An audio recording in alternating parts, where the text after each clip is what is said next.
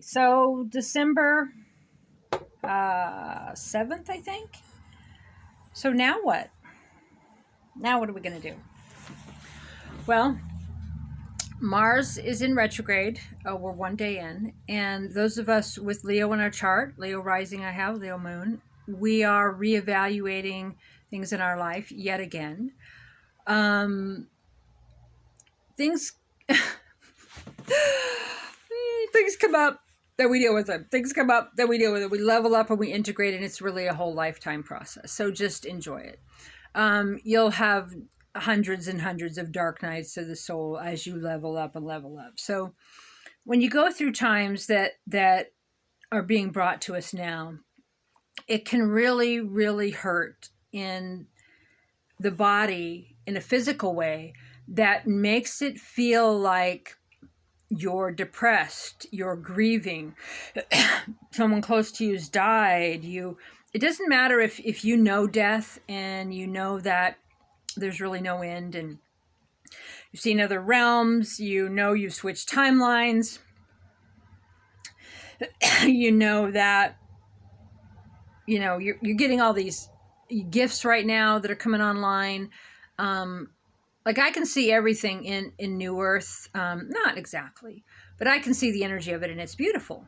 So why aren't we just excited, especially light workers and star seeds, and be like, oh my gosh, this is so exciting. It is very exciting. But there's a heaviness. Anything that's left, any density that's left of low self-esteem, childhood trauma, anything that, you carried with you through your ancestral line is going to be brought up again to go, well, what do you want now?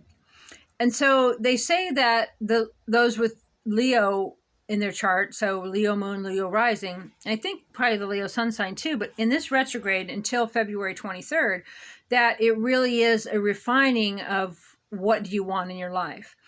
And it's showing up in, I kind of almost likened it to food poisoning, right? So, because when you have food poisoning, you can't control what comes up. It just purges. And that's what's happening to me. So, people that I never thought in a million years I'd tell off, I've told off. Things have come up for me where I'm like, I can't be fake anymore. Even if I'm like, oh, I want to cuddle you and I want you to have a good life. And so I want to be positive. Well, okay. If you're being positive is real. But if I'm like being phony with someone year after year because I'm coddling them, or I think they're a victim, or they can't handle my truth, and then calling them a friend or someone that's in my life that I want in my life, it's not authentic. And right now, your authentic self is your food poisoning.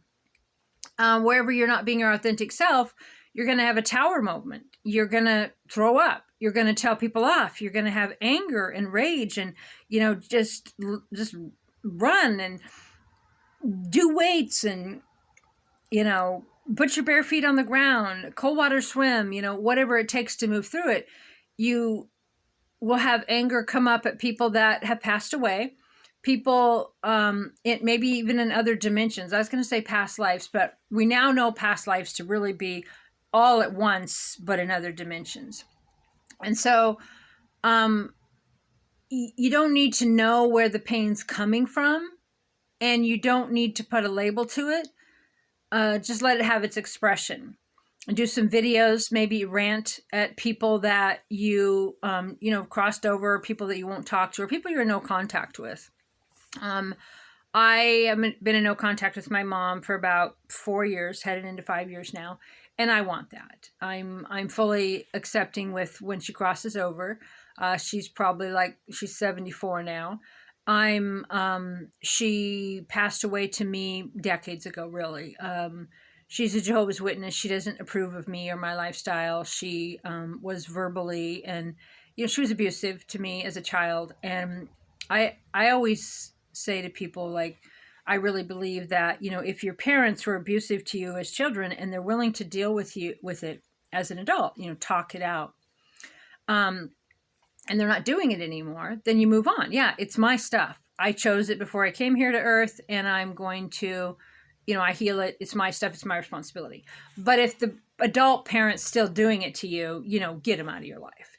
And I didn't until I was 50, but I moved away from her. You know, I moved far away from her, like, 14 years ago.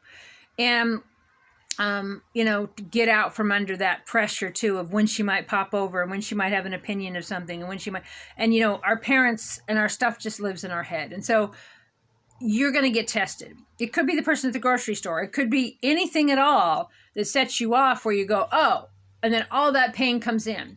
And so then just talk about it. You might not want to share it with anybody. For me, I like to do it on videos for myself and then just put the videos on a hard drive. Because, yeah, you can talk to a therapist, you could talk to a friend, you could just sit and say it out loud in a room. But my mental state is that if I don't put it in a way that I can then access it, then I'll just keep repeating it over and over and over and keep kind of re-experiencing it.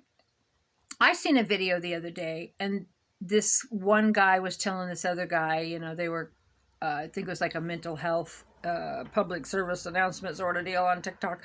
But it's okay. So one person, we'll say that's me, because I'm just like the one guy.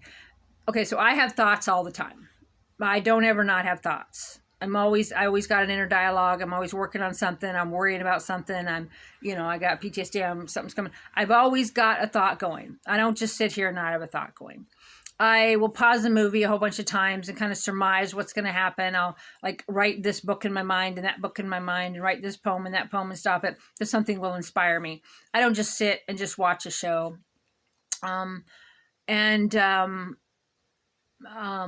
This other guy in the video was saying, really, like, he goes, I just think of things when I'm actively thinking of something, I'll have a thought. But when I'm not actively thinking about something, I don't have a thought. And I find that interesting. So, you know, when you go through life, you think that everyone's like you.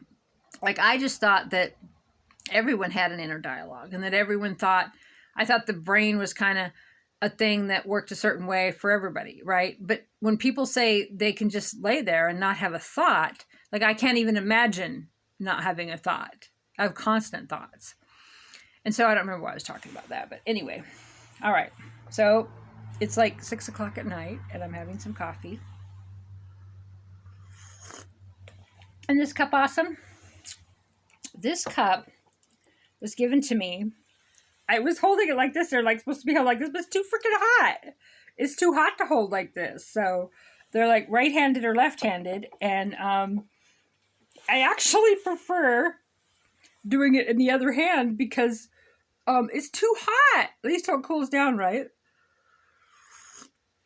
So this was bought for me by my best friend, my best lover, the person who cracks me up all the time. The person who listens to me every day and cheers me up when I need cheered up. The person who brings me food and does my laundry and makes my bed. Well, my bed's never made. Are we kidding? The person who cooks for me and loves me and hugs me and nurtures me and takes care of me. My best friend in the world bought me this cup. Cheers. And that person would, of course, be me. Yeah, spoiler alert. I bought it for myself. Isn't it awesome?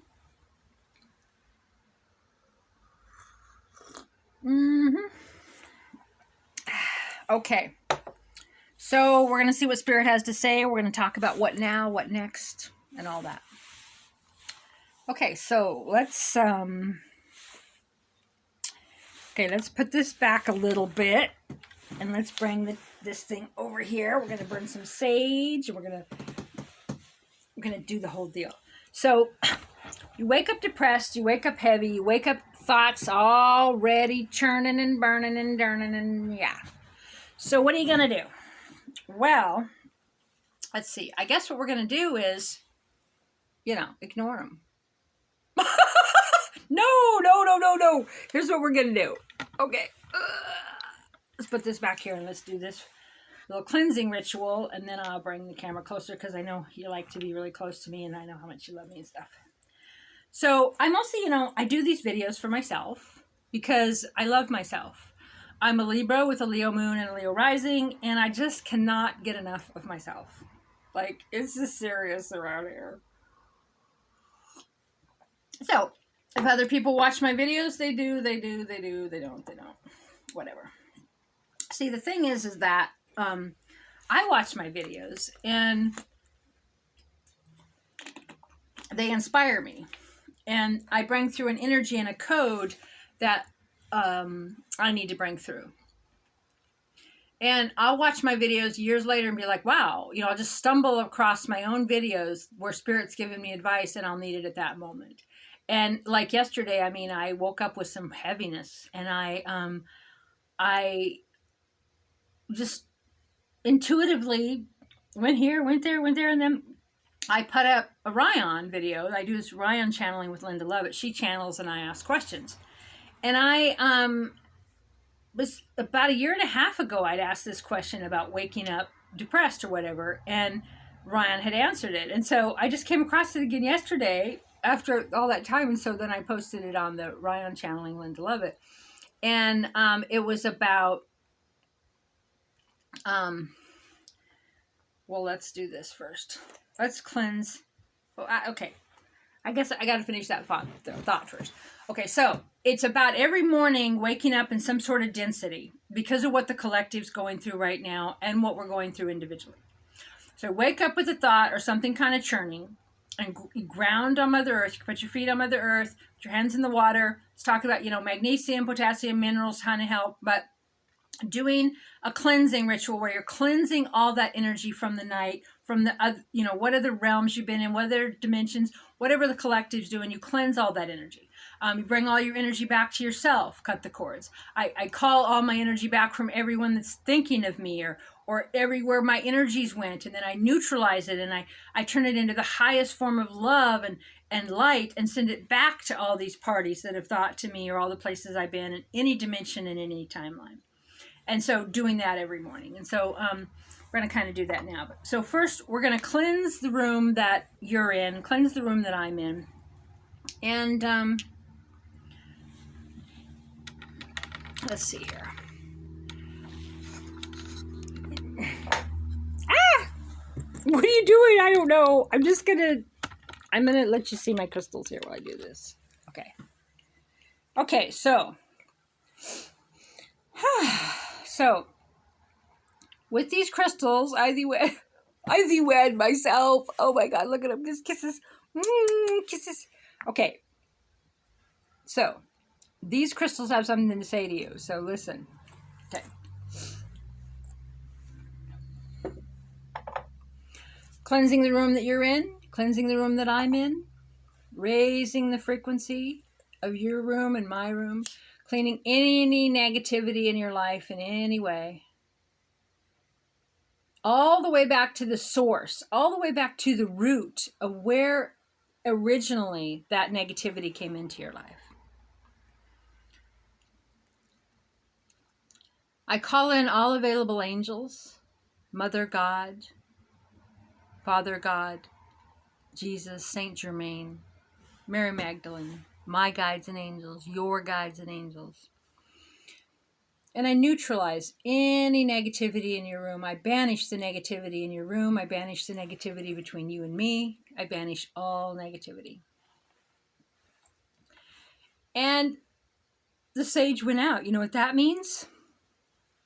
Well, it means it's working overtime. It's working overtime. Yep. So, get this really going. I banish negativity from this room. I banish any energy that does not bring me joy, peace, love, abundance. And so it is done. I cleanse any negativity in your room that you're in the room that I'm in. And I banish any negative energy that would attract it again. Any line of anywhere where my name is being mentioned, my name is written, any video I've ever done, any vibration in my voice, anywhere that my energy is in this realm my entire life, in this lifetime, in any dimension, in any version of me. I cleanse that energy and I raise its vibration and I bring in intense, beautiful light and pure love. And I send all that energy back out to where my name is, where my thoughts are, where people are talking about me, where people have talked about me, places I've been, thoughts I've had, any frequency connected to me in any realm, in any lifetime, in any dimension. And so it is. It is done. Whew, okay. So that's cleansing that for myself and the collective. And did you get the message these crystals are giving you?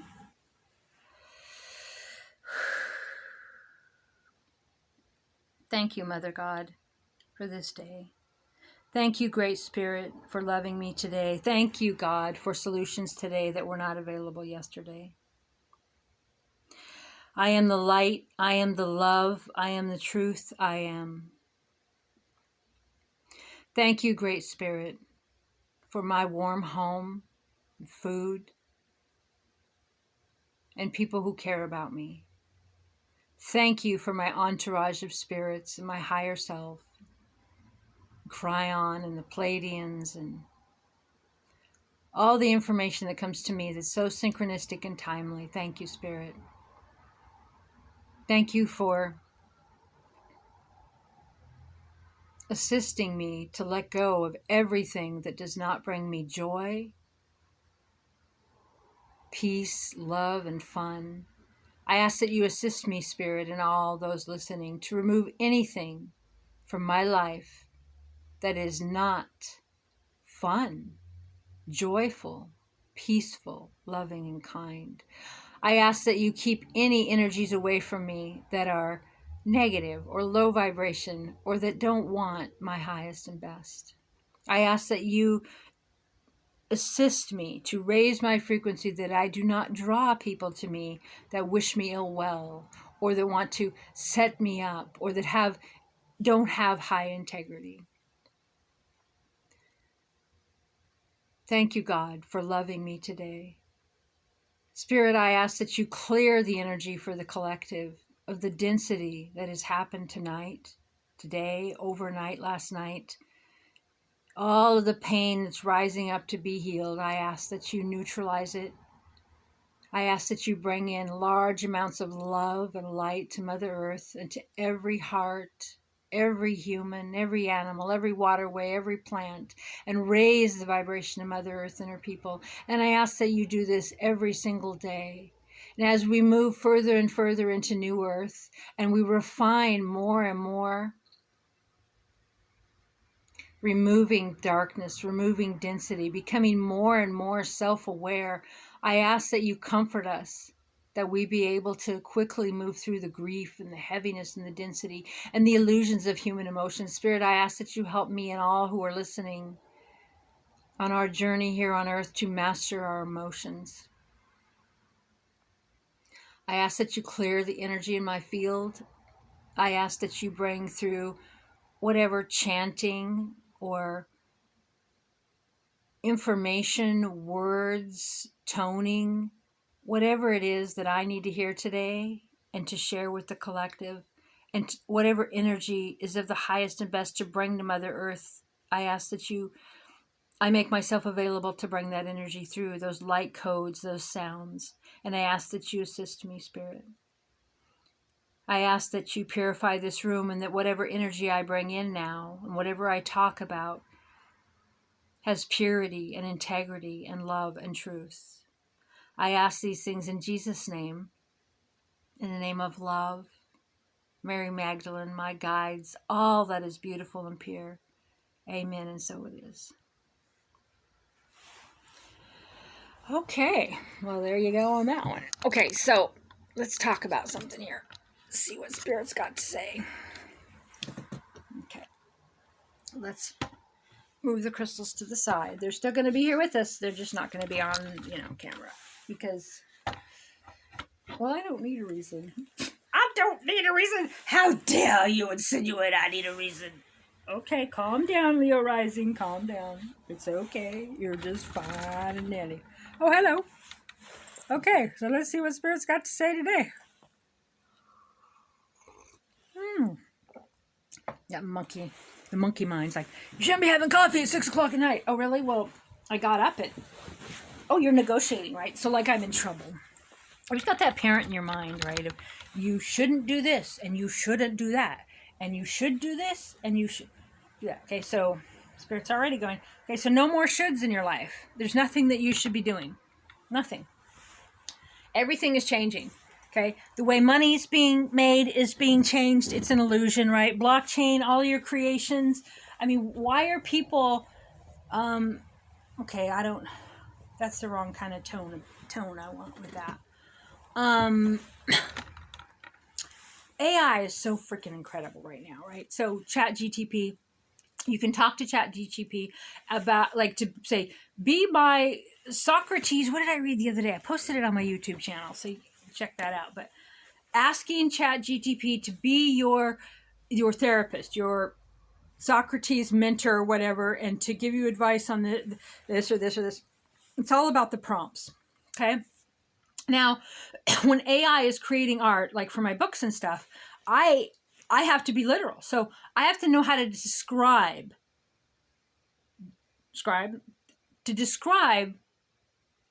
what it is that I want the AI to create, right? So you have to go, when you go purple skies with shades of orange, a monkey in a,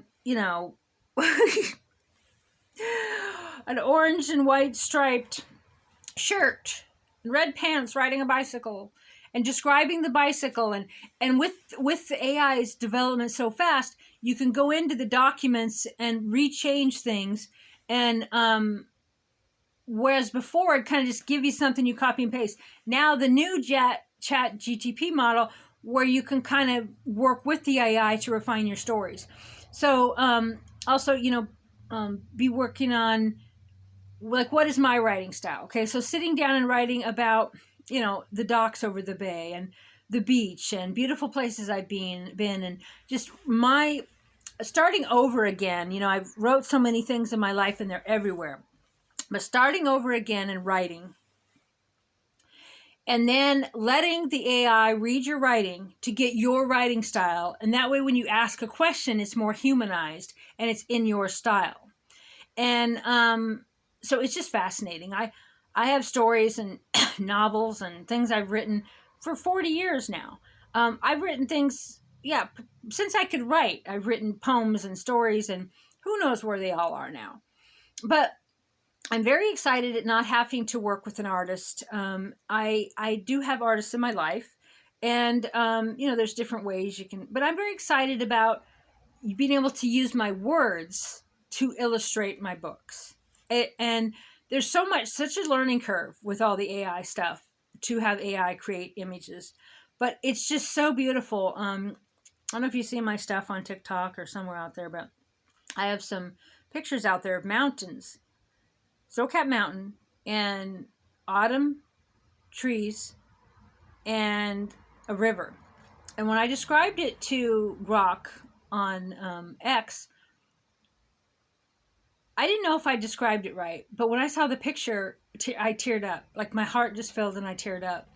And then I kept hitting refresh and I got picture after picture after picture, but it was exactly what I wanted. And I described a movie in a Facebook audio to my friend yesterday. And on her social media, she was sent a video in her feed of that movie and a trailer and of the scene that I described to her. Now, what used to go, well, they're always listening and think oh my gosh, that's negative. They're always listening so they can sell you stuff. Always commercial. Okay, well, now this algorithm is the universe. What do you want? So what you focus on every day is what you want. And when we wake up in the machinations of thinking about somebody or something somebody said, and we're wound up in that, that's an electrical current, and we can't let go of it. So doing things, like these videos, doing cleansing rituals, doing prayers, doing dance, um, cold water swimming, running. There's lots of things you could do to kind of change the energy. For me, doing these videos and bringing in spirit is one of the really big ways that shifts it for me, to help me to let go of a prior thought. And it's absolutely imperative to be able to let go of that prior thought at this time, because we are creating new timelines based on what we're thinking about. And if I can't stop thinking about or neurotically obsessing over something because that's what I've thought about when I first woke up, and then I didn't get out of the spin. If you don't get out of the spin, then you create that same thing every day, whatever it's about. And so Spirit's just reminding you and reminding me to do the cleansing every day. Talk to your crystals. We're in New Earth now. The crystals are giving you more and more information than ever. See this behind me? This is citrine here. And, talk to plants and trust what comes to you. Always trust the first thing that comes to you before you second guess it and before you put a story to it. What is it that, and don't make fun of yourself. I'm a psychic. I've got things accurate thousands of times in my life. I still don't trust it, still don't believe it. I'm still like, whoa, shocked. Okay. And when I talk to plants or channel trees, talk to trees, and the tree will say something to me, and then I'll share it with my friend, and I feel self-conscious, right? But it's so funny because like the trees around me here, there's this sweet little thing that I've said to them since I moved in, this loving thing I've said to the trees in appreciation, just over and over and over. Not every night, but most every night. And when I went to talk to the trees, it was quite a few months back, I went outside, I said, okay, trees, what do you got to say to me? And then I heard that right back at me. And I teared up because it was that loving same saying that came back at me. Okay, so was it me? Did it just pop into my head? Did I think of it? Okay, whatever, think whatever you want. You can also think that channeling isn't real, like Cryon and Seth and Bashar and,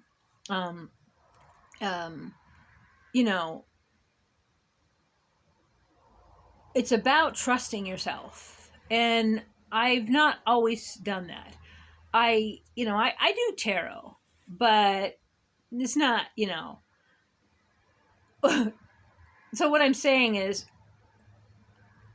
tarot was a tool of comfort for people when they come to see me, because they didn't want to believe. It was uncomfortable for them to be around me because they'd be like an open book. So they're like, I don't want to be around you because you can read my mind all the time and it's like an open book. And and I'm like, well, no, I don't go there unless you give me permission or you want to know something. I don't like just read things randomly. But because I was so accurate, they were scared of that. So it's funny how I do this opposite, right? Because I think they're made to do this, and this is so cool. But it's sometimes too hot, but it's also, like holding it both ways. I forgot what I was talking about. Just lost the plot. So, my challenge right now, and maybe you're having it too, is waking up in the morning and like I'm a robot and I'm already pre-programmed. I have a thought, and then I'm like, okay, let's think about this every day. Let's think about this all day. Let's think about this. Let's think about the most negative too. Let's think about why this and why, and as if I'm a victim, and I'm not a victim. I create my own reality. And so it's been quite a few days now where there's a density when I wake up. And so I was like trying to figure out again, okay, what can I do? And then I come across that Ryan, which I posted on my Facebook too, which is open to the public. And it was just so interesting, right? So some of the advice I got before from Ryan, channelings with Linda, of like looking around your room. Okay, so look at things. Not just like you're just looking around, but really look at something. And that brings you in the room. You really look at a painting and look at what's in it. touching blankets, touching things. If you lay in your bed, touch the blanket, pick up a crystal, do things to bring you into the moment. And over and over and over, and just let yourself level up, level up, level up. You're going to have a lot of things thrown at you, and it's going to hurt, and it's going to be confusing. But the key is, what is your authentic self? Like I said, I think I started this video out with the retrograde stuff, and I didn't necessarily go off on somebody the other day, but I spoke my truth almost at an inappropriate time. So something was said, and the way they reacted, I was like, you know what? I don't like that. I don't prefer that in my life. I don't want that in my life. And by the way, here's a whole list of other things I don't like over the last 3 years. And so, you're not really my friend. And let's not pretend we're friends, right? And I just went, blah, blah, blah, blah, blah. I woke up at like 5 a.m. and just did it. Just like it was automatic. Boom. And so then later I kind of had remorse and guilt. And I'm like, oh, I feel bad, Spirit. I feel bad for saying that stuff. I shouldn't have said that stuff. Which was like, well, was it true? I was like, yeah. Do you really believe those things that you said to that person? Yeah. And did they really do what you said they did? Yeah. Well, then you have to just sit in this energy. You don't need to feel guilty. You don't need to feel shame. Spirit told me it came from like childhood stuff where I was afraid to tell the truth. I get in trouble for telling the truth. Or, when you tell on your abuser, or you tell on someone that's abusing someone else, and getting punished for the truth, or them saying that, oh, because you're telling the truth, then we're going to focus on you. And I kind of turned that into a lifetime theme of me telling the truth. And then I didn't create what was in the room. I just turned the light on in there. And then they're like, oh, you're the problem because you turned the light on. No, look around the room at what's going on. No, you're the problem because you turned the light on. And so it's funny how Spirit's doing this to me. So I just kind of went neutral again. So I didn't necessarily forget what I was saying, but I'm done. And Spirit's starting me again. And so in your life, as you're going along, you're going to have the energy for things that are of your highest and best. The things that are not, you're not going to. If you feel excited about something, then that's what you're supposed to do. Trusting that. Asking Spirit flat out, help me to do this and this and this. Spirit, bring me entourage, my spiritual entourage, to comfort me. Spirit, show me what it is that I need to do that is of my highest and breast. That too, Spirit. What is of my highest and best? Bring me more joy. Bring me more laughter. Bring me more money. Bring me, if you want a different living situation, ask Spirit to help you bring you a living situation that is best for you. And visualize. Some of the keys about, and I like the way Bashar talks about it. We used to do visualization of visualizing exactly what we want. You do the creator board, you do the different things. It's about frequency. So visualizing what you want, but don't be attached to the outcome, right? So you're just bringing up the visualization of what you want, whether in any aspect of your life, to feel it. And then you feel it, and then that feeling draws to you the best version of that. Whether it's your health or a relationship or a car or, whatever it is, it comes in on a frequency. And that frequency is at odds if, you wake up and depressed, you wake up with negativity going on. And then you wake up and go, oh my God, I'm worried because I'm thinking negative, and then more negative is going to come in. But that's human nature and free will planet. We don't instantly manifest what we think about. We're here to master our emotions. But you repeat your repeated thoughts, like permanent income, permanent housing, permanent income, permanent housing. I am healthy, I am healthy, I am healthy. And feeling the words the best you can. Feeling. Visualize yourself is you're in your perfect health.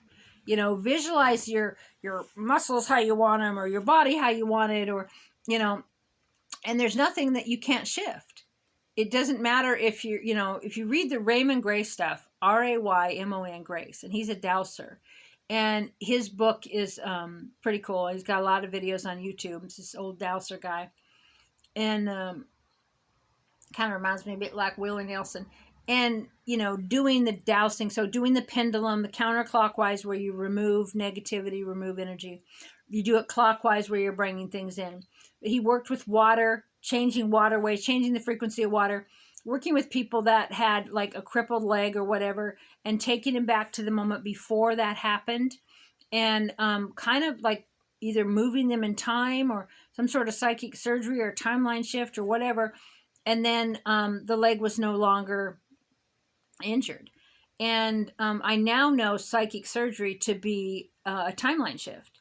And, I've studied a lot of the yogi stuff, and Yogi Ramacharaka, a lot of these books.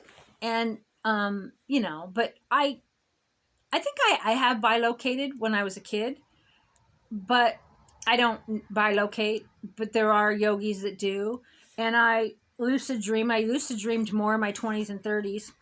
Now in my dreams, I interdimensionally travel, and, we're letting off a lot of steam.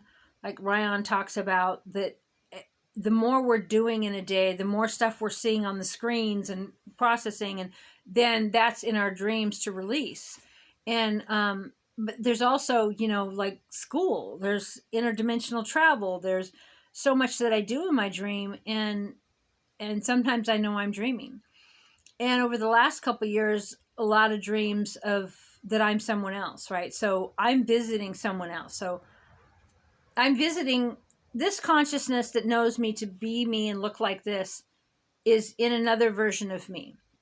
And I know it's me in my mind, in my dream, in my consciousness, in my thought, in my dream. I'm like, no, I know it to be this version of me. But then I'll go to a mirror or something, and it won't. It'll be like a 30-something, woman in a dress with long blonde hair from like the 1800s or something.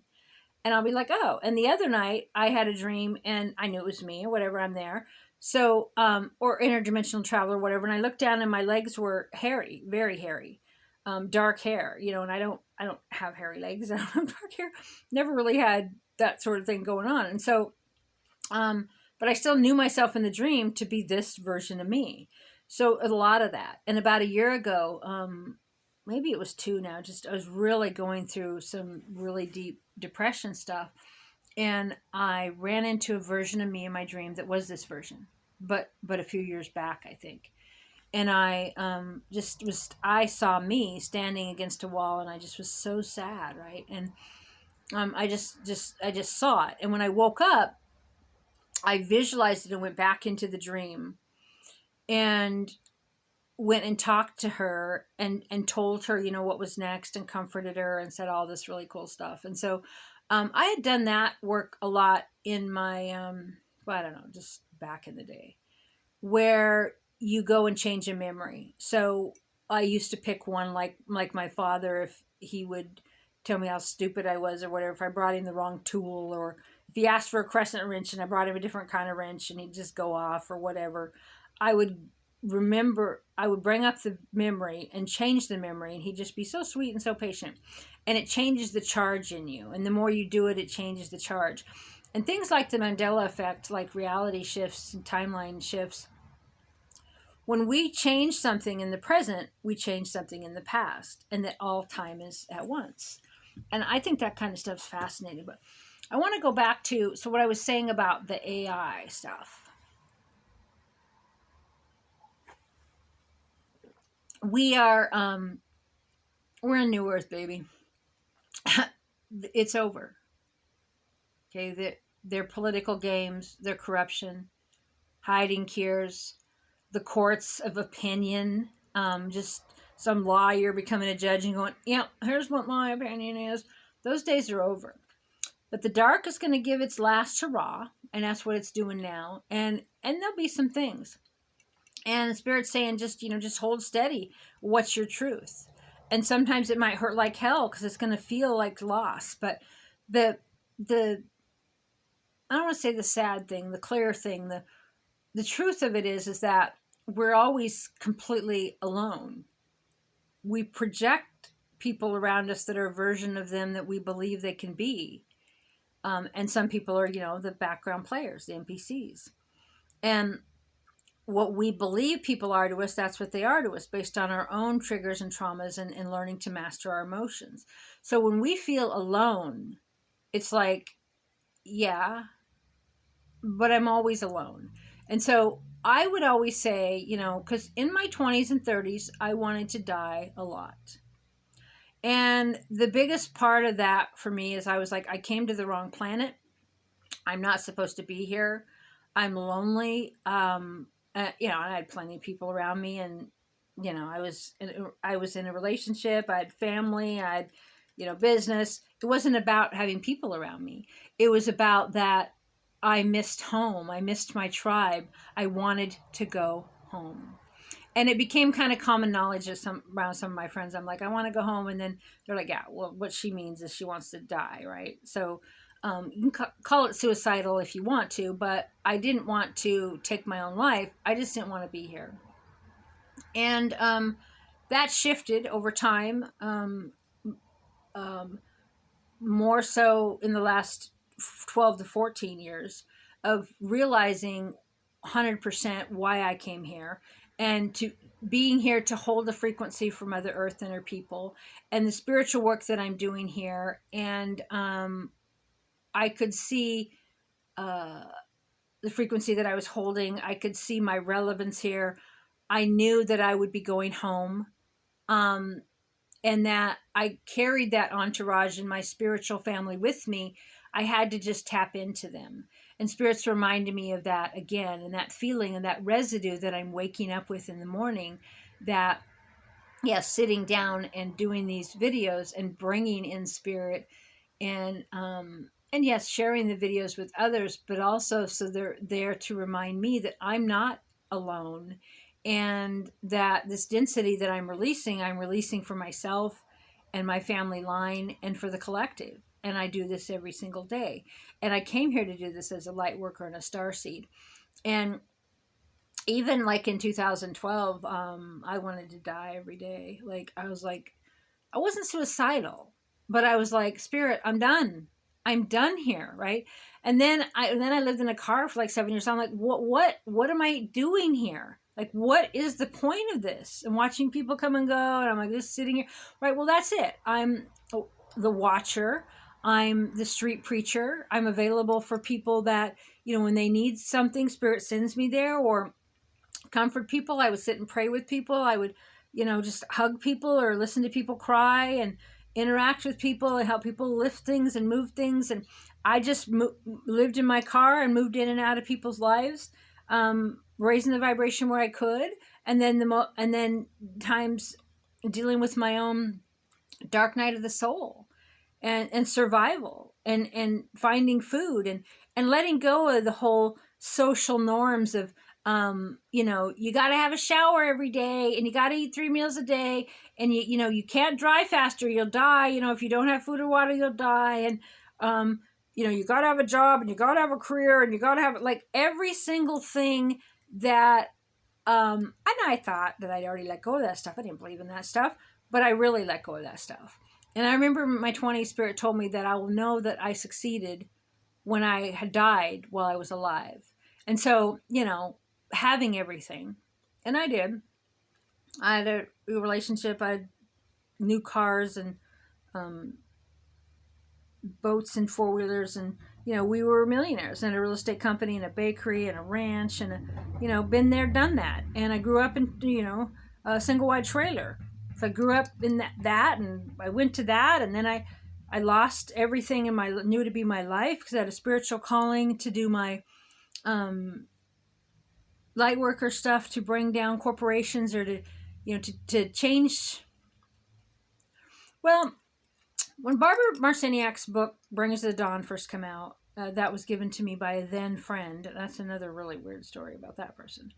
But she called us all rebels of light, systems busters.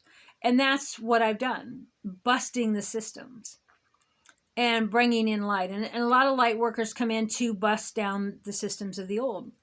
And that's what I did. And, their courts, their games just brought in light into the darkest places. And it bit back, and it bit back, and it bit back. And I still have a lot of that residue of the people out there that, try to bring that darkness. I've lived a very charmed life in a way of being protected. Even all that time, wanting to die and feeling dark, and, I would just jump into the abyss. I just fly to Hawaii with no money, nowhere to stay. I'd fly here and there. I'd drive somewhere, nowhere to stay, no way no way out. I'd just put myself in these situations, where they'd say, you just jump off a cliff and wait for your wings to, yeah. Well, I didn't exactly jump off a cliff, but, I look back and go, how did I live through any of that? How did I find my way into that?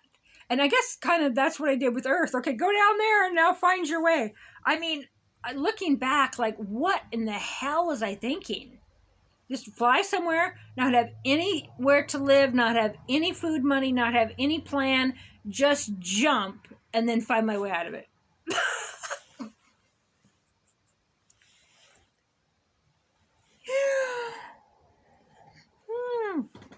So now Spirit's like, well, I'm not running anymore. So I'm not traveling and running, and that stopped as soon as I got this house. And I got this house temporary, so it was weird, and it was still very depressing and very oh my gosh, okay, it's peace, but I don't know if that's going to end and what's going to go. And then it's only been about a year and a half that I've had housing, solid housing, which I'm in now. And then the layers start to release and going, well, no, letting the itch, not wanting to run. And so Spirit's showing me now that morning residue is that feeling too of, whereas before I get up and then I'd run, just jump to here and jump to there, and keeping myself in that constant fear or fight or flight physically so that I didn't have to feel it mentally. Spirit showing me. So, and I lived in houses here in Port Townsend. I lived in rooms with people. I rented rooms. Weird, right? I went from home ownership in this other lifestyle to living in some room with people's drama in there. And I just, so over and over, I just go here or there and think I'm going to, and pretend okay, well, I'm going to move here and I'm building this life here and I'm going to do this. And then I just kind of come right back, because this is my home and the land would call me back. This one night, I decided that I was moving to Long Beach, Washington, or whatever. I wasn't. I was. I'm like, okay, I could go down there. Here's what I could do. I could do this job. I could do that job. I could do that. So I'm like, okay. So I get my truck. I packed a few things. It's like a 4-hour drive or something. And I just headed out. No plan, no money, nowhere to stay. And I was going to just go part way and then just sleep in the car and rest. But I don't like to drive at night. Even with my glasses, it's just befuddlery. Like a bit like a magoo. And then when I first left town, there was some sort of motorcycle accident or something I saw. And then, when you go on your impulse like that, you run into what you run into. Anyway, I'm driving along. Then I get to Aberdeen, and then I go into Safeway, and I just sat and ate some chicken and things. And I'd had some jewelry on me that I brought to get rid of. This woman had given me, and I didn't want her energy. So I left it at the deli there on the table, and I left it a note that this isn't lost, that I'm regifting it to whoever. And so I remember doing that. And then I drove a little further, and there was a perfect place to pull over and sleep, but I just didn't. So I ended up driving all the way to Long Beach, and it was a full moon, like a big, big full moon. And I don't know if you've ever been to Long Beach, but it's a long beach. It is a magical, mysterical. And so I parked, and It's like no camping, you can't sleep here, no tents, no this, no that. And then I walked down to the beach, like I said, just all beach everywhere, and you could hear like the boom, right? It's such a long beach, and it would roll and hit, and just be when it would hit every time that the surf would roll over, you feel the vibration. Really cool. And the moon, huge. It was a magic moment in time. It was so magical. And there were tents, people in tents, and even though they're not supposed to be, and people had fires on the beach, and they weren't supposed to have fires on the beach. And I started walking down towards the water. The water was way down there, way down there.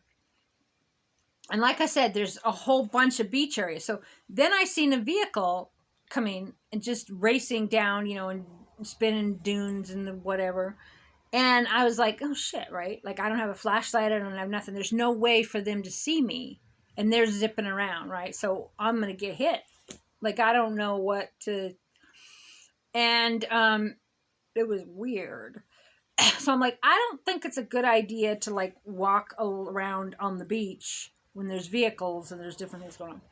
But kind of come back up, and I made it out alive. And then I sat on this driftwood thing. Driftwood. And I looked at this moon, and I was like, wow, right? And my heart was full, and my eyes teared up, and I felt so one with God, and the vibration of Mother Earth with the water, boom, boom, boom, and this beautiful sky and beautiful. It was a magic moment in time that I have in my mind's eye that I'll never forget. And if I hadn't kept driving, I wouldn't have had that moment.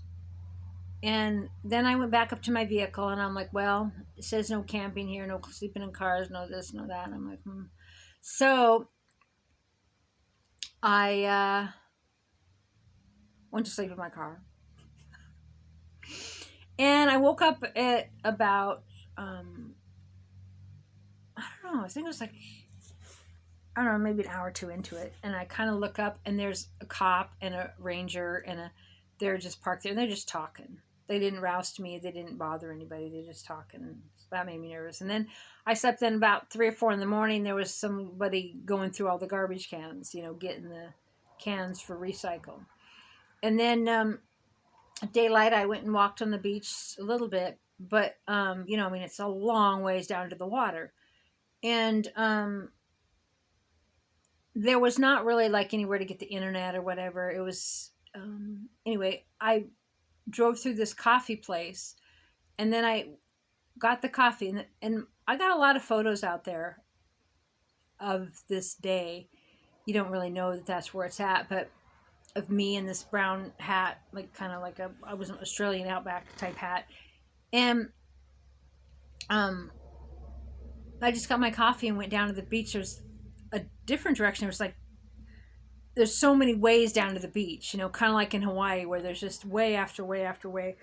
And I just kind of hung out, had my coffee, and I drove down. There's another town, Long Beach. There's another one on the, not a lot going on there. And like I said, I couldn't find a coffee shop to like hang out or do the internet and I just went back that next day. So I couldn't really decide where I would sleep in my vehicle there or what would feel.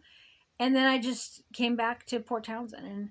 And every time I left, I was sprung back to Port Townsend like a boomerang. And I guess Spirit's showing me this and reminding me that it's the residue that I'm feeling of wanting to run. So when I wake up, I want to run. And in the past, I've ran from an emotion. I ran from something. And it's really fucking easy. I think it's what like maybe alcoholics do. I've never been addicted to anything. But I imagine that like if you're drunk and you're, woo, it happened, whatever. But then the next day you're ill. So it's this permanent cycle of kind of survival and high, happy, survival. And I kind of, so when I would be in positions where it was life or death and I had to survive, it would give me the beautiful comfort to be able to ignore whatever emotion I was running from, or whatever Spirit showed me, the grief that, like, people left me, and my abandonment issues, and people disappointed me, and people hurt me, and I'm a victim, and all of the ways that I'm a victim, that I've held in my body that I'm a victim. Sometimes when I wake up, I'll have a thought of someone that may be more recent that's reminding me of that energy. It'll magnetize to itself, and that I can't run from it. So sitting in it and feeling it and just clearing the energy. And so I've just been sitting in it, and that's what we're doing in the Mars retrograde and as we move to New Earth now, just sitting in it and just feeling it without putting a story to it and letting it integrate and not running.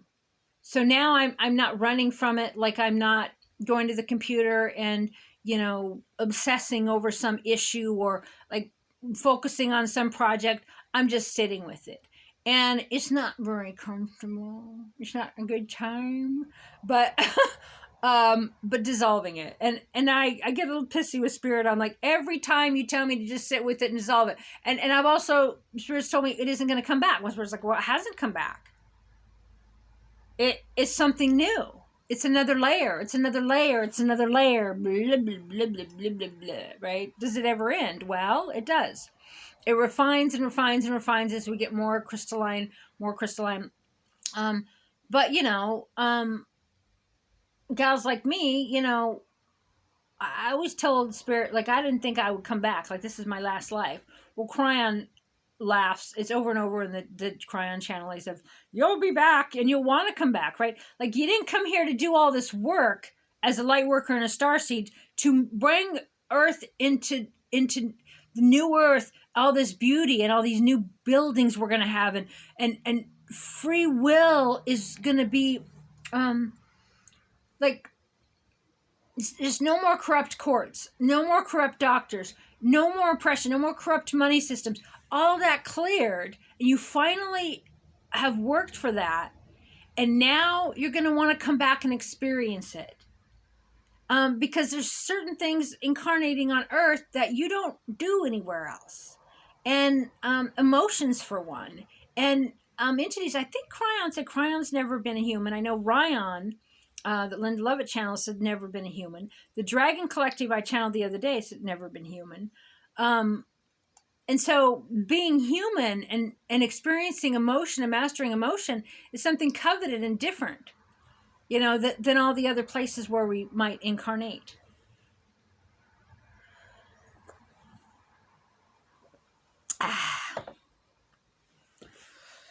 So, yeah, I guess there's that. I guess I'll end this video, and then I'm going to do another one here, which I may or may not do another cleanse. I love you. And Spirit says to you, you are loved. And you are not alone. I guess we're going to go on here a little bit. It's all about self-awareness. It's all about what I call doing your shadow work, or, refining, letting go of the old to allow the new. But it's self-awareness. And that's the key right now. Admitting to yourself the truth about how you really feel, who you really are, and having the confidence to take actions in your life around you that are 100% true to your authentic self. You may feel like you're alone in that sometimes, even if there's people around you. Tell Spirit to bring you comfort. Tell Spirit to show you. Spirit, show me what I need to know to have more joy in my life. Spirit, show me what I need to know and make it clear. I'm kind of dense. Make it clear so I don't miss it. What I need to know in order to bring more money into my life, to bring in a even better living situation, to bring in even more comfort and more joy in my life. Ask Spirit for what you want and be clear. And Don't lie to yourself, because right now that's going to cause what I talked about at the beginning of the video, like it's a kind of a food poisoning. You lie to yourself and you're going to purge that. You're going to purge the truth and you're going to snap. Meaning you're going to be like I told you happened to me the other day, where I'm like, all right, well, there's this and there's that and there's this and there's that and there's this. Oh, and you felt that for years? Yeah. And you didn't say anything? Yeah. Well, because I was trying to be the guru. I was trying to be the, well, they can't handle it, and keeping them in victim mode, and not sharing my truth with them because, you know, I didn't want them to be emotionally unstable and I wanted to be precious to them. Well, but I was willing to deny myself all that by not speaking my truth. Which doesn't mean you need to go around and speak your truth to anybody. No, but if someone's in your life often or routinely, or you call them a friend, and you're consistently kind of lying about little things, you know, it could be health, it could be your spirituality, your morality, whatever your belief is, wherever you're lying to those around you about your belief and lying to yourself, you're creating a timeline and a life that's so awkward and restrictive that right now you can't anymore. You're going to purge it and you're going to tell the truth. And you may not tell yourself the truth. You may not even know you're not telling them the truth, but that's what we're in right now. You're going to be purged. The truth is just going to pop out, and there it is. And you can't stop it. You can't stop the moonlight. Anyway, so I'm not going to shut this video off, so I'm going to talk some more. You're free to go. I don't know if you guys know this or not, but my videos are not required watching. And it's so funny to me, the people that watch my videos, some people, they'll watch every single thing I say so they can complain about it. You're not going to be tested on it. My videos aren't required watching.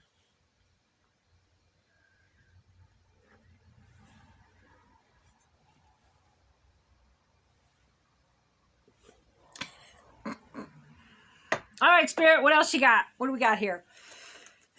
Okay, so when you wake up tomorrow, I'll wake up tomorrow, and you have density, and you're feeling kind of blue because you can't let go, your emotions are stuck like glue, what are you going to do? Okay. Well, I could jump up and down. You can tone, you can drum. If you live close to water, jump in the water. If it's really bad and you can't shake it, cold shower. Hello, Crystal, we're asking you about you. Okay, me, what can I do? Okay, what I'm going to do is I'm going to burn some sage. I'm going to chant and yell. I might cry and bawl a little bit. And then I'm going to get on video and I'm going to do cleansing for the collective, cleansing for myself. I'm going to remind myself that I'm not alone. I'm going to ask my entourage of spirits to comfort me. And I'm going to trust myself and why I'm here on earth right now, and understand that I have been holding on to something and working in an energy for quite some time that I needed to in order to raise my vibration, in order to do spiritual work and a spiritual calling, in order to be distracted, in order to have a project. And now that Spirit has shifted me and I'm not doing that to that degree or at all, it feels like loneliness, Spirit says. It feels like loss. It feels like depression. But really, the old is left. A bunch of stuff you had on your plate, a bunch of stuff you were doing every day, and the people connected to them and all of their energy, some of it good, some of it bad, some of it, all over. Those folks it's all done. So all that's dissolved. And so it feels like a loss. It feels like an addiction, like you're trying to grab for something. It feels like all the family's left, or Armageddon, or everybody's died. But really, that void and that feeling, just feel that and feel that residue. And the new is coming back. And so the more I can hold a higher vibration as the new is coming back, then the more, you know, that point of integration will be at a higher frequency for the jumping off point for the next time. And these videos really help that, because spirit is here. This room is filled with entourage of spirits. I can feel that energy, and I can feel that collective. And an hour or two after the video's done, you know, I'm not disconnected from spirit, but I am back in integration mode, where I'm not in the high frequency of channeling spirit or bringing through information, or, you know, when I do my preacher one where I'm like, and I invoke the power of the living God, and oh my God, that brings in such a high energy and it feels so good. And then when I come down from it, you know, I still feel pretty good. But right now, you know, coming down from my different spiritual chats, to feel that grief, feel that loss, feel those emotions, and don't criticize myself. Spirit says, don't criticize yourself and say, you shouldn't be feeling those, or you should have healed that long ago, or I thought you already healed that, or, you know, why is this still here, whatever. Just feel that next layer, and don't do any shoulda, woulda, coulda in your mind, and don't put a story to it, and don't blame anyone else.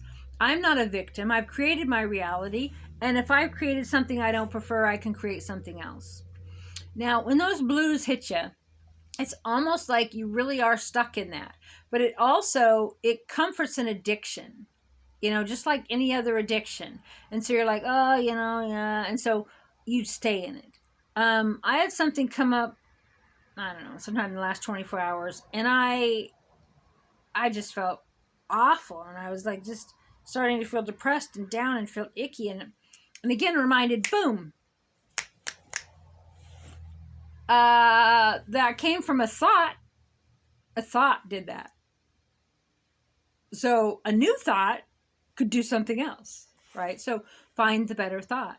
And I had times, I think it was in my 40s or whatever, reading different law of attraction stuff, and I'm like, I have to find a better thought, right? I'd sometimes take 2, 3, 4 baths a day, just whatever, just to move the energy, move the energy, move the energy. And I would think about my favorite foods, and then that would make, you know, it's a good tool when you can't think of anything to be happy about or anything to be excited about. You know, I just lost a 16-year relationship. I just lost my home. I just lost everything I knew to be my life. And I was kind of emotionally hemorrhaging, and I couldn't find the better thought. But thinking of foods I liked really helped. And it's interesting, I ended up doing that in the car too, living in the car. But I do that a lot when I was dry fasting. I think about all these meals and stuff that I would make, right? And homemade this and homemade that. And now that I'm in a house, I'm like, eh. I mean, the kitchen's not necessarily conducive to that, but I'm also not driven to do that. When I dry fast, you know, no food, no water for like 16 hours, 24 hours, whatever, I sit there and think about all the things that I might cook, even though I'm not necessarily hungry or thirsty. But I just think about the things think about the things that I'll make when I'm done with the dry fast. But then after the 16 hours or the 24 hours or whatever, I usually never ever want what I wanted when I was fantasizing about what I was going to cook. So, you know, so in that waking up in the morning and a thought that you're kind of stuck with, somebody or something, or some woulda, coulda, shoulda that's on your mind, you know, first saying that if I can't get out of it, you know, think about some sort of meal that I might like. I haven't really been into that either. Like, I can't even think of, I've not really been thinking of fun things to eat, you know, like I made something yesterday some usual thing that I usually like, and it was like, ugh, threw it away. It was like, I think my taste buds are changing. So Spirit's reminding of, how do you find that better thought when your mind won't stop spinning about certain things, or wishing someone said something different, wishing someone said something different, wishing other people and other things outside of you were different. Well, no. Um, Everything is how it is, and I either prefer it in my life or I don't prefer it in my life. And that's a valid way of living. I just don't prefer it. So I don't need to judge what other people are doing or say that's horrible or that's awful and you can't do that. I don't need to judge it at all. I just go, well, I don't prefer that. But I'm not invalidating it as a way of life that you prefer. And so it's a challenge right now.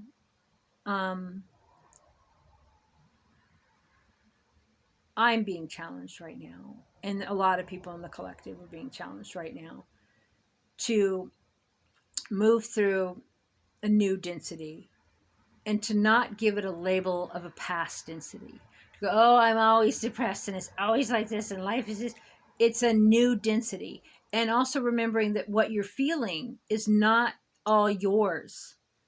Yes, we're refining ourselves, but as light workers and starseeds, we're feeling a huge radius around us. We're also feeling the collective of what comes through our screens, Spirit says. And so,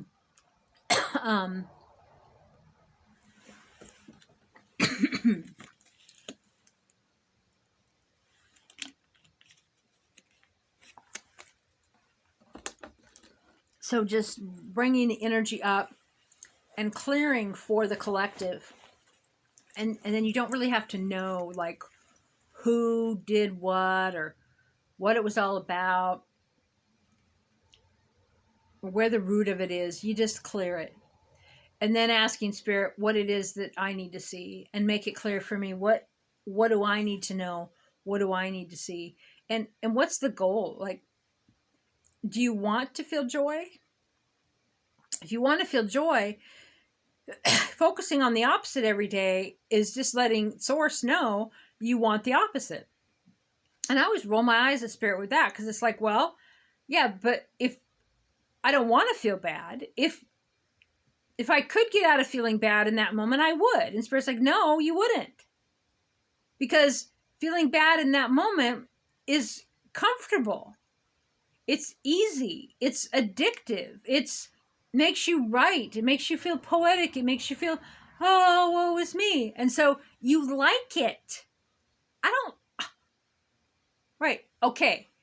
I understand aspects of that, but I don't want to do that. I don't want it to be that way. And so Spirit's showing me, so that's when you find the different thought and, explore the world around you, drive somewhere, go look at something, go do something. But if it's not a hell yeah, then it's a no every time and everywhere in your life. I love what Abraham Hicks says, that if it's not a hell yeah, it's a no. And so, like today, there was something I was going to go to, and I woke up this morning and I went, it's just not a hell yeah. I just don't really feel it.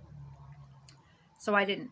So, you can do new things, right? Like I just started the X-Files, on Hulu from the beginning, from 1992. And I've watched a few here and there, but I never watched it, like from the beginning. And it's fascinating how so much of the stuff, was disclosed then that they're finally coming out with now. And just the kind of the cheesiness of the filming back then. But it's bringing up interesting things in me about, my own abduction in one of my consciousnesses, friends that I knew that have been abducted, UFOs that I've seen, and, just unidentified flying objects. I mean, you just can't identify it, right? I've seen bases under the ocean.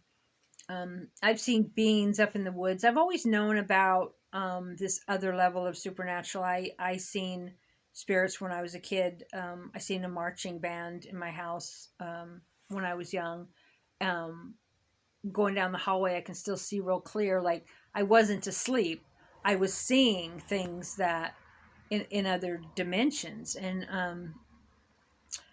I've always had a close connection to spirit, and it always freaked people out around me when I knew things. They didn't nurture that in me. They just were afraid of it. And get out the Bibles, get the Bibles out. And I would go down to this lake, Kukanusa, this 90-mile lake, by myself on my motorcycle and just spend all day. And I took my food, my venison and my veggies and my different things, and I put them in tinfoil and I make my own fire. And I was an only child. Turns out later I had siblings I met when I was 21, but I grew up an only child, and I did not want to be at home with my parents fighting. And anytime I was around my mom, she's just psychotic on me. So I just was alone, and I just go, like I said, it was 90-mile lake, and just zipping around. And I would talk to God, and I studied the Bible and stuff with my grandma. She was a Jehovah's Witness, but I never got baptized in the church. My mom got in the church later, and, then you get shunned because you're gay, and then you got all these, anyway. I was only in it because of my grandma, so I studied Bible studies and stuff, and I got these cassettes of like Psalms and Matthews. I really liked it because it was kind of like, it was self-help stuff, really. It was just, I really liked it. And then my mom had this book called Codependency No More. I didn't know like books like Seth and the occult and the New Earth and not New Earth, New Age books. I wasn't really around that, so I'd kind of get things where I could, and I would I'd channel stuff then, and I'd talk to spirit then, and I'd know stuff, and I would even at 8 years old, I'd go around and talk to the married ladies all around we lived in this small town, Rexford, and I would go and give them counseling, and I could totally see it. It's like they'd forget that, I was a kid or whatever. And, just wandering around, and 11 years old, wandering around campgrounds down at the lake and talking to people from all over the world, and, and giving people spiritual readings and just seeing things. And I always did things, like when I'd get afraid of things, I would call out to Jesus. And I think I learned that from my grandma, of in Jesus' name. And so I would always pray in Jesus' name. And I'd always read spiritual stuff on the buses, but I would cover it with paper or whatever so the kids wouldn't make fun of me. And because I'd always talk to spirit, and I always knew things. And I didn't really know how to use that for my own benefit or betterment. But I don't remember a time ever in my life that I wasn't connected to Mother Earth, to water, to trees, to... I never really had a connection to animals, because when I was young, I had different pets and they died. I think I had some emotional stuff where I really liked animals, but I didn't like just sit and talk to them, and I didn't really want... So I'm not really like a dog person. I'm not really a cat person. I've done that. But like now it's like having... 5 cats and 5 horses, and we had a macaw, and we had like 10 ducks and 3 dozen chickens, and the neighbors' cows, and I don't know, and other pets, like, and plants. And I don't want any of that responsibility now. I don't want a cat pestering me for food every day. There was a cat here when I first moved in here with the previous tenant, and just demanding, because when they scratch at the door, you better let them in, or they're going to rip the door up. They're going to scratch your bookcase. You have to, always empty the litter and always feed them. And I get it, and people's companions in love of that. I'm just not at that in my life where I want the responsibility. I don't want something that needs something from me. You could call it the PTSD or whatever, but I just don't want to be on demand for a cat. And the cat that was here was just like, and barfing all the time. And it's like, oh my God, right? I don't remember why I was talking. Oh, right. That I love animals and I'm kind to them, but I don't choose to be, I didn't have that psychic. I don't know what I'm talking about. I remember going to this house once and telling my mom there was 7 puppies there. And when we went in and she was freaked out. That kind of stuff freaked my mom out. And the word Lucifer, and she played with a Ouija board when she was a teenager, and then some knife went by and hit a tree, and could have been one of their friends screwing with them, who knows. But she was scared of all the stuff occult. She was clearly a witch. My grandma was clearly a witch. When looking back at some of the things they said, I could see it. But my mom would know stuff. And so sometimes when I would just say stuff, read your fucking mind, it's fucking easy. What the fuck are you saying fuck for? Oh my God, stop. I could read my mother's mind, and I would say stuff exactly, and she'd be like, what? And I'd be like, oh, it's just that umbilical cord thing. But I could do it to everybody in the freaking room. And, or, you go where the energy doesn't match. Oh, that's what I was saying earlier, way back in this conversation about tarot. And people saying, well, I don't want to hang out with you because I feel like an open book and I don't want you to know everything about me, my husband, and my, like, I remember hanging out. Oh, I'm going to finish the tarot thing, but I hung out with this woman because I was dating. Okay, I was still in high school and I was with this woman that was 9 years older than me. And I was 18. I'd moved in with her. I moved out of my parents' house when I was 17. And I moved in with my girlfriend. And then I had my final year of high school. And so she had this crush on this other woman. And this other woman was 16 years older than me. So the girlfriend I was with had a crush on this other girlfriend. Well, so the woman didn't want her. And I was 16. When I first met her, I was 16. She was 32. Oh, the stories are all over. So anyway, okay, so let's say, so she had a crush on this gal, and the gal wasn't interested in her. So one time when I was 16, she's 9 years older than me, we were driving up in the woods to just go, make out and fool around in the car. And we stopped at the woman's house that she liked, and she went in and got a watch because she wanted to make sure she knew the time, because we're going up in the woods to fool around. She wanted to get me back because I'd pretended to go to the movie or some silly thing, get out of the parents' house. And so but really looking back, she really just wanted to show me off because she wanted that woman to be jealous or whatever. So we had some wine coolers in the car, but I wasn't drunk and I hadn't drunk. But anyway, so the woman comes out with her, and she's this hippie woman, this long hair, just gorgeous. And I was just a bitch. I was like, you this and you that. I was totally jealous of her. So I was just being just a little snot, right? And so then she leaned on the car door as we got ready to leave, and she said to the gal I was with, her name was Kay, she said, hey, Kay, when you get done babysitting, why don't you come on back? It was funny. It pissed me off. But it was fucking funny. Why am I talking about this? Because that's just what I'm talking about. Again, these videos are not required for you to watch. Okay, so then fast forward. If you're not into lesbian drama, then you probably just want to tune out. But anyway, so then I was like, I don't know if I was 17 or 18, but so let's just pretend that I was 18. So the woman's still 16 years older than me, right? That Kay likes. And we go over to her house, and okay, so I had already started, I think I'd already started kind of being friends with the woman. Oh, we were on a softball team together. And of course, and I was, young, and I was in center field, and I ran everywhere, and I was like stud, everybody wanted me, because they're all old ladies, and I was like a baby dyke. Wait, I digress. Okay, so I had been visiting with this woman, and I think I'd already, I made out with her. So I was having an affair with her, just kind of, not, we hadn't, whatever lesbian sex is, right? Hadn't really had that. We were just making out and stuff. And so but I was with that other woman.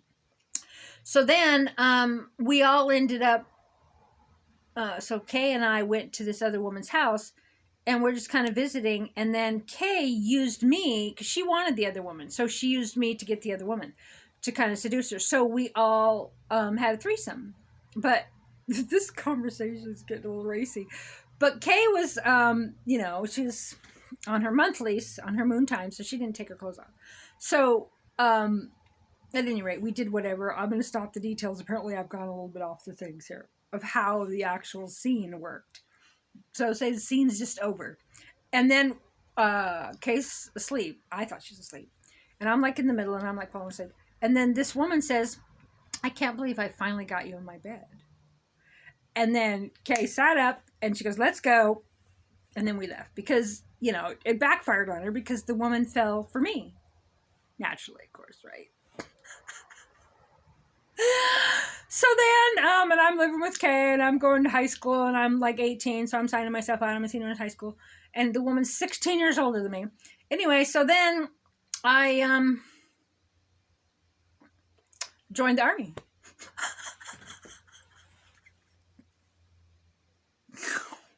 I thought this was going to be a spiritual. I don't know. I'm just saying stuff.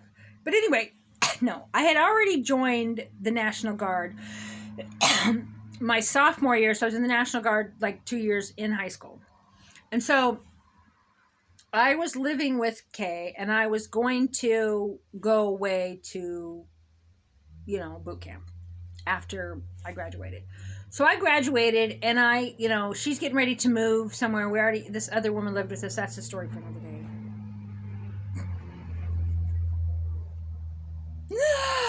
And so so I head off to boot camp. And when I went to go to boot camp, I went to Billings, Montana. So it was a 10-hour drive. I went with, I don't know, I think I went with the National Guard people. And when I got over there, I called my grandma, and she was in a nursing home. And my grandma didn't want me to join the military. She's Jehovah's Witness. She didn't believe in that. And when I called her, she just breathed on the phone. She just wasn't well at all. She didn't say nothing.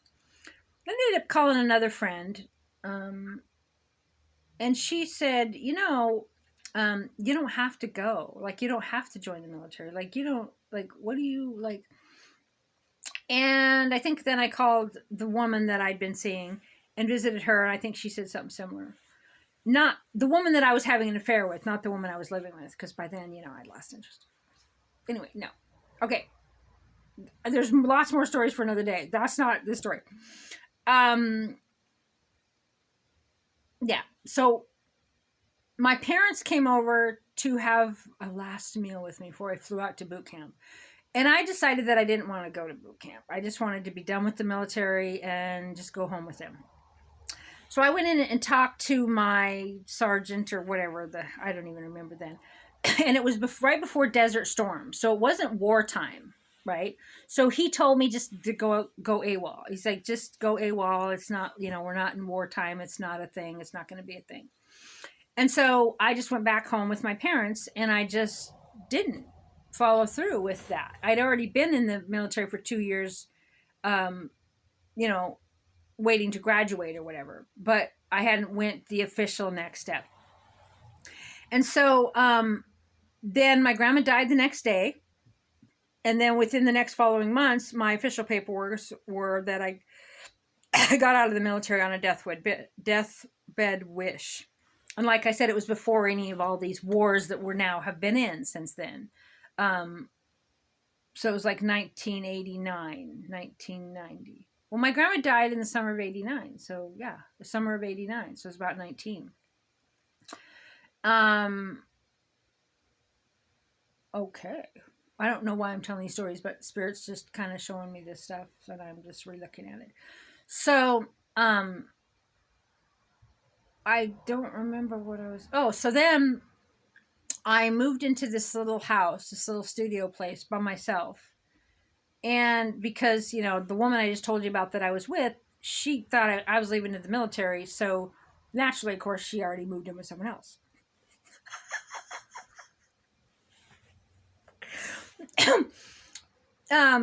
She was living with the same woman that we were both living with, but then they were getting in a relationship because they'd already been having a relationship. Which I didn't know, because I was having a relationship with her to keep her from her, but then her from her, and then that's a story for another day. This was not going to be lesbian soap operas. Spirit, what is this? Is this clearing the collective? Yes, this is clearing the collective. This is whatever. So I moved into my own place. And then the first woman that I hadn't said her name. So like Kay's like, well, no, you can't live with us. Like, we're a thing now. And I thought you were like, okay. I'm like, okay, well, whatever. So I moved into my own place. And then the woman that I was having an affair with that was 16 years older than me, she come over one day and she said, why don't you come live with me? And I said, okay. So we were together for like 8 or 9 years. And I lived in Spokane, and part of that I went to engineering school, and then then after that I went to forestry school, and then this video is not going to be about our relationship and how that went, because apparently I'm telling my life story here, but that wasn't what I was starting this video for. But I am feeling energies move through, so I think Spirit is onto something here. You think? Yeah, I think. what was the kind of the point of, I can see all the lines of spirits clearing. These are the people that I looked back, and they're in this same anchored energy of abandonment and betrayal, and people that bring you into their lives and then want to parent you. You're their lover, but they want to guru you. They want you gotta have this job and that, and you gotta behave this way, and I'm an adult. And when you're with older women, it's like, and they have the property, and they have the, it's their rules, and it's very stifling. And then they wait for you to grow up. Like, I'm just waiting for you to grow up. Well, why don't you get to know me for who I am now, right? No, they just wanted to mold me into who they wanted to mold me. And those abandonment wounds are coming up now too. It took a lot to get away from these women and these energies, because they felt like I was their property, or they had, groomed me or nurtured me or found me or discovered me, and I was theirs, right? And then would get together and like betray me and talk about how she's just a puppy and she don't know what she wants and what she, whereas if I'd have been dating someone my own age, we'd have kind of grew together. And Spirit's showing me that same wound I had with my mother, and I recreated over and over, and I've cleared a lot of it. But that betrayal, like Spirit bringing me people to come into my life and give me what looks to be unconditional love and friendship and all of this stuff, to then betray me, okay? And Spirit showed me that they didn't betray me, that they were being true to themselves. And right, like this one gal, like, so she got a new partner, and she was being true to the new partner, and I'm just some crazy psycho, right? And they like, I had a real estate company. We were millionaires. I had, had everything. And because I got depressed, or I did my calling, with my spiritual work and my victims advocacy thing, they turned on me and liquidated my stuff. And, it was before lesbian marriage was legal, and I didn't have any rights. And, land that I'd bought with one of them, they just like give me a little bit of money that I'd paid him, no equity.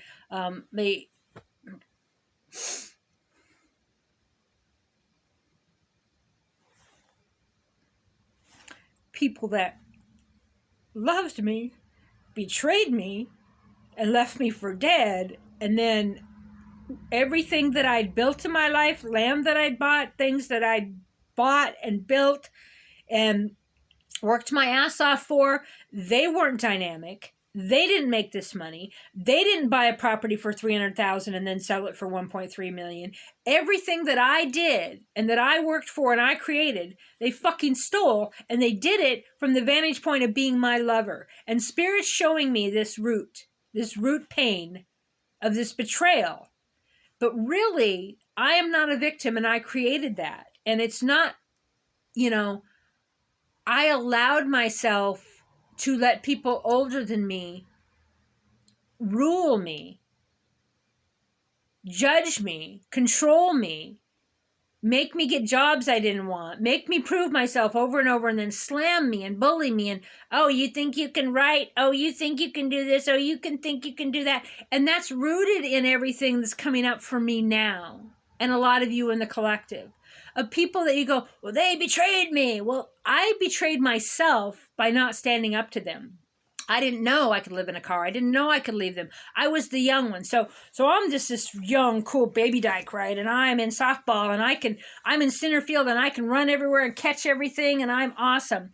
And my girlfriend's taking me to all these different events because no one can fucking stand her. And they all love me. And I'm adorable and cute and fun and laughing. And so she'd take me around like a puppy, so all the women would want to be around her because they wanted to be around me. So she, used me in that energy. And so in the one vein of being around women that are so much older than you, it kind of just perpetuated some of the root pains that I'd had with my mother psychologically abusing me or leaning on me or using me.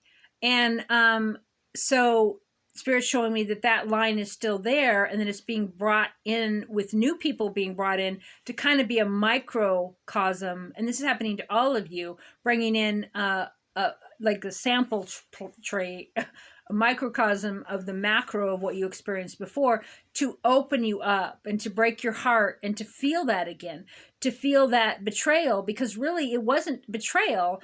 You chose to stay in it, and I chose those lessons and I chose to stay there. But these women, because they were older, because they had the assets, they had their degrees before me, they had their property before me, then I'm the low man on the totem pole, right? I got to do the grunt work. I got to dig the holes and plant the trees and never have any assets and never have any property in my name. Buy the property, create the money, create everything, create the friends, and then just be left for dead with nothing. No house, no assets, no family, no friends. And I don't want that. I'm just Spirit showing me that wound, that how they treated me, and that I don't need to feel like now that they want to come back and be my friend. Oh, you wanted me? Could you use a friend? No. Right? That's like touching a hot stove and knowing you're going to get burned and leaving your hand on it. And when I did, like, I think in 2020, I finally cut the older one out of my life. We obviously split up a long time ago, but she still felt like I'm little Crystal, and like she's like Big Daddy, right? And now she's what am I, 54? So she's like 70. She's 16 years older than me. And her last letters to me, I was still homeless, right? And she's got several houses, and she's, it's all about her. And she was like complaining about my politics or somebody I liked or some conspiracy theory thing. I'm like, oh my God, right? Oh my God, I'm done. I am done. And I never spoke to her again. She mailed me a letter. I answered it just to myself. I wrote it out, and then I burned it. Well, I might have it on the computer, but I burned the letter she sent me and just did a ceremony. And so when these people want to come back, the same line that my mom did to me, I did let my sister come back and do this again in 2018, just really the same stuff. But you let people kind of come back in and do it and do it and do it until you've had enough. And Spirit will keep bringing people in to recreate that until you're like, look, I will no longer gaslight myself. I will no longer bully myself. I will no longer abuse myself. I will no longer let you come back in to be my friend, or because I might need money, or I might need survival, or I might need you, or because I've held on to that I miss you and I miss the life we had because I've glorified everything that we had, which was me. I was the fun. I was the joy. I was the one that created the cool and groovy things. But in my mind, I kept thinking it was them.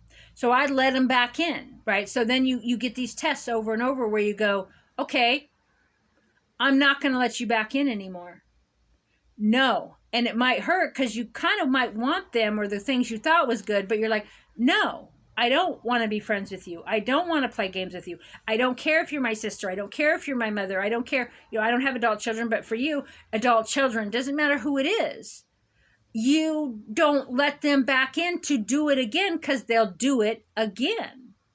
And I'm one of those gals I talked about, like she did year after year after year. And I kept thinking it'd be different. And then 5 years passed, and then I let her back into my life, and same freaking thing, right? I kept thinking that because I was growing and changing, people were growing and changing. But the other aspect of that, which my spiritual guide reminds me of, is that there, obviously I haven't completely changed it in me, or I wouldn't draw it back to me. So the things that I'm drawing to my life now, and that you're drawing to your life now, are about all of these old wounds, or things that looked like love and looked like fun. But really, Spirit's going to take you back down those journeys, kind of like it just did me in this conversation, so you can feel that pain again, to release it for the final time. And Spirit's laughing at me, like, because I'm rolling my eyes again. I'm like, oh, Spirit, you tell me it's the final time every time, but it's never the final time. Spirit's like, it's always the final time. This is another level and another layer. I'm like, oh, okay. Well, thank you for that clarification. Anyway, Spirit's like, good job, we did that. So Spirit took me on a healing. I can feel just this huge pain here. of just this spring of pain, like leaving my body. And so that is a healing technique. It's funny, I just took myself through a healing technique. That's kind of what I do with people. I get them to tell a story. So you're telling the story, you're going down these lines of storylines, okay? Okay. And then the pain will come up, and then you do the energy healing at that time to move that pain out of your field for good when you're doing the healing work with people, which the spirit just did with me. And it's funny, I do this, and I do this with my bestie often. I will just start somewhere. That's what spirit just did with me. Like, oh, so where'd you go to school? Oh, and who was your teacher? Or it could be, oh, did you ever do gardening? Or like whatever line I start, then spirit just takes me somewhere else. And I ask him something else. I never know ahead of time. And then I get to layer after layer after layer. And then they have this aha moment. She has this aha moment where she feels something and she hits a belief and she feels it and she knows it and it clears it. And she's already done so much shadow work and everything. It's really quick with her. But that's the healing work that I do with people. You know, what I just accidentally ended up doing on myself, which is kind of going down a storyline or remembering something and then hitting a pocket of grief and letting it move through. And so that's where we're at. Anyway. All right, well, see you tomorrow, because I'm going to do this every day. I'm not just going to wake up and sit in this density. I'm going to do clearings, and I'm going to do them on video so I can share them with you and clear for the collective. Fascinating. Through this conversation, I had lifted. I had felt lighter and lighter and lighter. And after that little healing session that we just did, I feel this pain, and I feel this emotion and this lump right here, my solar plexus. And Spirit's showing me that that is kind of what I woke up with. So it is that line that I'm clearing of the women that betrayed me, and understanding that I'm not a victim, and I created that before I came to Earth, and I chose to stay. I chose to remove them from my life. And let your body just react and let energy go and let energy move. When you do energy healing on each other, when you talk these things out and they come up, do your hands over their energy field, and the body will convulse and just release over and over and over, and let that. That's how these healing things work. I'm not a victim to any of these women. I had a lot of fun. I liked being young and good looking and around older women that thought that I was all that, because, you know, I was this young baby dyke. And in that, the price per se, I didn't have independence, and I smothered myself, and it took me a long time to come out of it, and Spirit showing me that I'm still coming out of the tail end of that, and that was, yes, rooted in my mother as well, which isn't a reason that I'm gay. It may have come out in men too. I've never been in a relationship with a man. I just there's a language barrier, there's an energy barrier, anyway, we won't go there. Hence a lesbian. Okay, well, I love you, and I'll see you tomorrow. Bye for now.